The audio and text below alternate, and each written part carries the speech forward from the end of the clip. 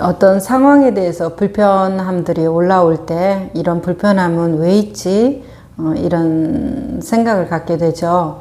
이제 내가 왜 불편한지 정확하게 아는 경우 말고 좀 그냥 불편하고 그냥 슬프고 그냥 화나고 뭐 이런 것들 있죠. 왜 이런 불편함들이 올라오지? 이 상황하고 아무 조건이 연결되지 않았는데 이런 경우 조금 의아하는 경우들이 있는 것 같아요. 자, 어떤 불편함이 올라오는 것들, 어떤 감정이 올라오는 것들은 다 어때요? 조건화된 반응입니다. 언젠가 내가 기억하지 못했지만 이 조건화가 내 안에 걸려 있는 거죠. 그렇기 때문에 그 조건이 나도 모르게 내 안에서 어떤 환경이 갖추어지니까 반응을 한 것이겠죠. 그 조건에 대해서.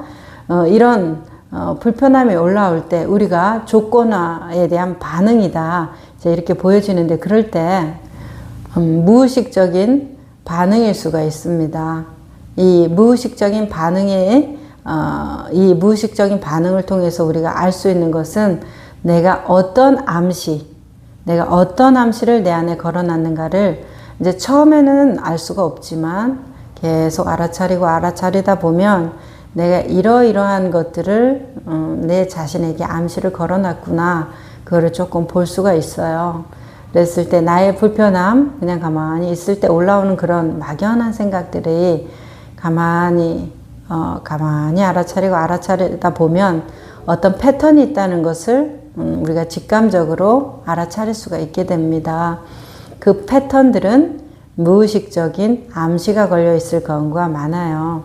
예를 들면 뭐 어렸을 때 뭐 너무 가난해서 밥도 제대로 못 먹고 컸다. 그러면 음식에 대해서 굉장히 집착이 많을 수밖에 없겠죠. 그랬을 때 내 무의식적인 암시, 잘 먹고 잘 살기 위해서 나는 굶지 않기 위해서 어떤 것을 한다라는 것이 내 안에서 그게 모든 것에 어떻게 뭔가 어떤 반응, 자극에 대한 반응을 일으키게 된다는 말이에요. 우리는 그 무의식적인 암시를 좀 잘 알아차려 볼 필요성이 있습니다. 세상을 살아갈 때 이건 객관적이야. 과학으로 증명됐어. TV에 누가 그렇대. 어떤 책에서 그렇게 말했어. 모든 사람이 그렇게 말해. 다 물어봐.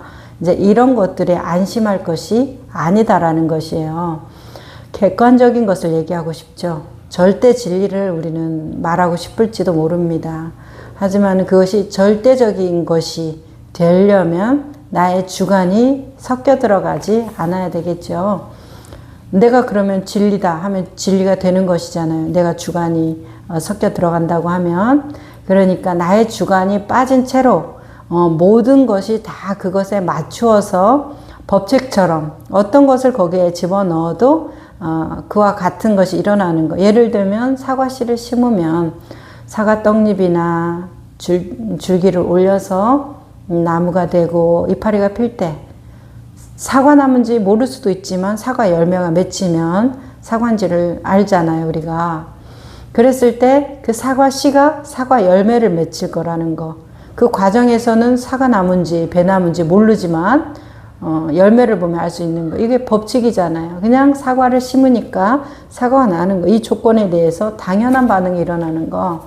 이제 이런 걸 객관적이다 라고 말할 수 있을 건데 우리 삶에서 말했을 때 이건 객관적인 거야. 이건 반드시 그래 라는 것이 정말 나의 의사와 상관없이 정말 그런가? 정말 그런가요? 우리가 말을 하는 것은 모든 것이 무엇을 토대로 있나요? 주관성을 바탕으로 해요. 내 생각. 내가 그렇게 본 거잖아요. 저 사람이 그렇다는 것을 내가 그렇게 동의한 거잖아요. 저것이 그렇다고 내 눈이 본 것을 난 객관적이야. 내가 봤어. 이렇게 말을 하지만 내가 본 것을 저것은 그렇다고 내가 본 것이잖아요. 그래서 모든 어떤 실상, 법칙에 대한 것들이 아무리 있다고 할지라도 그것이 나의 세상에서는 완전한 주관으로 바뀌어서 나간다라는 거예요. 마치 어떤 뭐 통같이 그것이 모양이 있는데 우리의 소화작용 같이 그럴까요? 뭔가를 먹었는데 그 모양 그대로 나오는 것이 아니라 피가 되고 살이 되어서 이제 찌꺼기는 배출하고 이런 식으로 다른 모양이 되잖아요.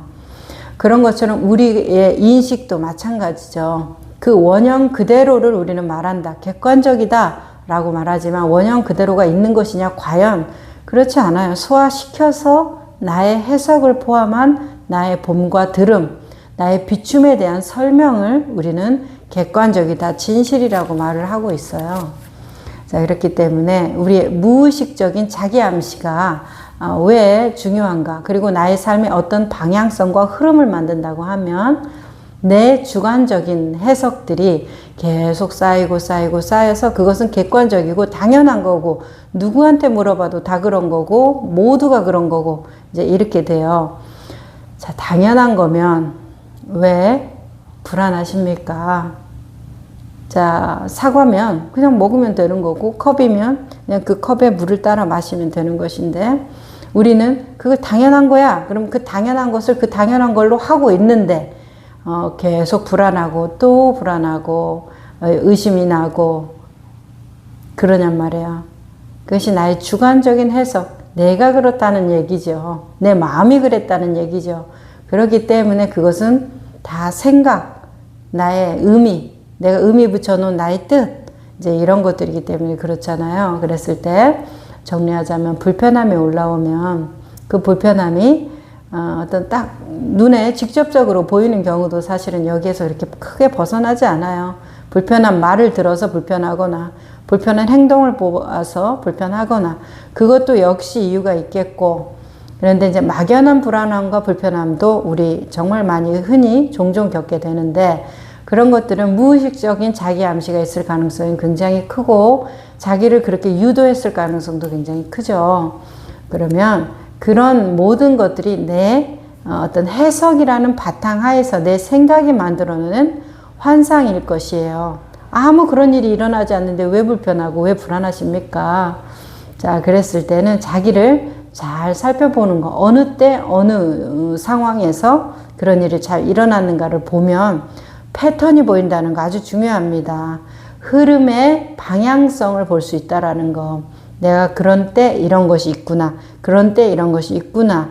그랬을 때 그 다음에 내가 어떻게 해야 되겠구나 라는 것이 나와야 되지. 그 전에 불안해. 그러니까 이거 해야지. 불안해. 누구한테 전화해야지. 이제 이렇게 되면 그냥 그 불안을 계속해서 조장하는 상태가 돼요.